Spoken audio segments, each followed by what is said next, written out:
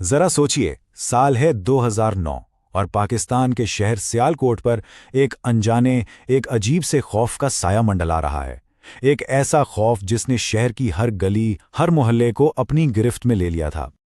ये सिर्फ कोई कही सुनी बात नहीं, बल्कि उस वक्त की एक बहुत ही तल्ख हकीकत थी।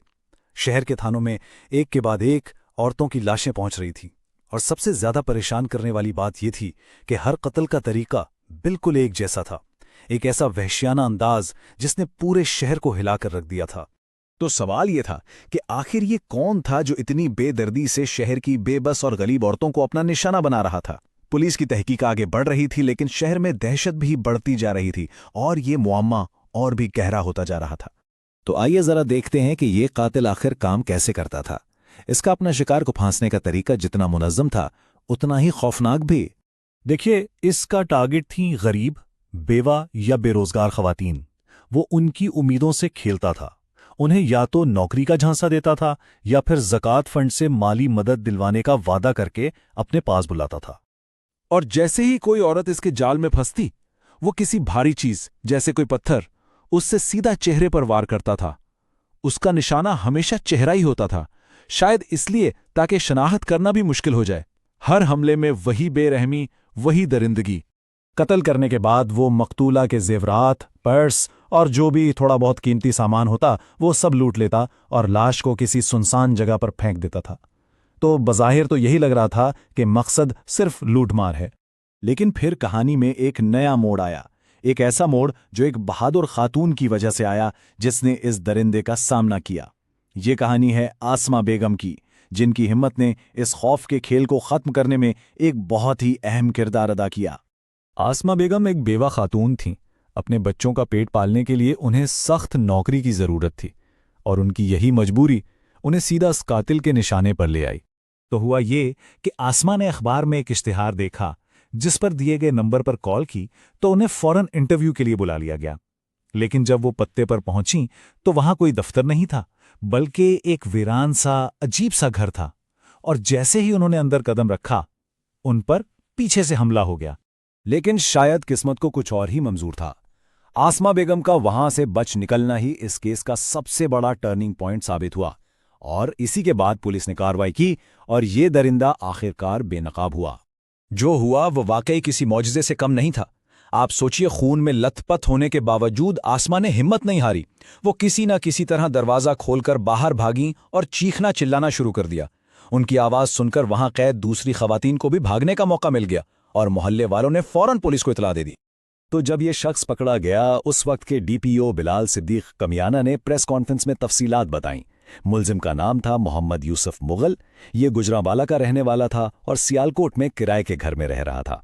उस पर 12 से ज्यादा खवातीन के कत्ल का इल्जाम था और इसका तरीका वारदात अपने आप को एक बहुत नेक और मददगार इंसान दिखाकर खवातीन का एतमाद जीतना। और जब उसे मीडिया के सामने लाया गया ना, तो उसके चेहरे पर शर्मिंदगी या अफसोस का कोई निशान तक नहीं था। उसने अपने इन घिनौने जराइम की वजह यह बताई कि वो कैंसर का मरीज है और उसे इलाज के लिए पैसों की जरूरत थी। खैर, अब केस अदालत में पहुंचा। पूरा सियालकोट शहर सांस रोके इस इंतजार में था कि आखिरकार इंसाफ होगा और इस दहशत का खात्मा होगा। गिरफ्तारी हुई 30 सितंबर 2010 को, केस चला और फिर 16 जून 2011 को फैसले का दिन आ गया और अदालत ने मुलजिम मोहम्मद यूसुफ मुगल को सजाए मौत और साथ ही 7 लाख रुपए जुर्माने की सजा सुनाई। इस फैसले के बाद पूरे शहर ने सुख का सांस लिया। तो सबने यही सोचा कि चलो इंसाफ हो गया, कातिल को उसके किए की सजा मिल गई और ये खौफनाक किस्सा अब हमेशा के लिए खत्म हो गया। लेकिन क्या वाकई ये बाब बंद हो गया था? कुछ कहानियां ऐसी होती हैं जो खत्म होकर भी खत्म नहीं होती। शहर का सुकून बस कुछ ही देर का था, क्योंकि खौफ की एक नई और पहले से ज्यादा उलझी हुई लहर ने सबको फिर से हिलाकर रख दिया। यह कहानी अभी बाकी थी। अब सुनिए आगे क्या हुआ। कुछ अरसे बाद एक और पुलिस मुकाबले में एक और शख्स मारा गया। हैरानगी की बात यह थी कि उसका नाम भी यूसुफ था, वो भी सियालकोट में था और वो भी औरतों को बिल्कुल इसी तरीके से कत्ल और लूट रहा था। इस खबर ने तो सबको चक्कर कर रख दिया। और यहीं से ये मुअम्मा और भी गहरा हो जाता है। सोचिए, 2 अलग चेहरे लेकिन नाम तकरीबन एक जैसे, शहर भी सियालकोट, जुर्म करने का तरीका भी बिल्कुल सेम। यूसुफ मुगल पर 12 कत्ल का इल्जाम था, जबकि पुलिस मुकाबले में मारे गए यूसुफ पर 27 खवातीन को मारने का। ये सब हो कैसे सकता है? इस अजीबोगरीब इत्तेफाक ने ऐसे सवालात उठाए जिनका जवाब शायद आज तक किसी के पास नहीं। लेकिन कानून में कुछ ऐसी गुंजाइश है जो शायद इस उलझन को थोड़ा बहुत सुलझा सके। देखिए, पाकिस्तान के कानून के मुताबिक जब किसी को सजाए मौत होती है तो उसके बाद भी अपील के कई मरहले होते हैं।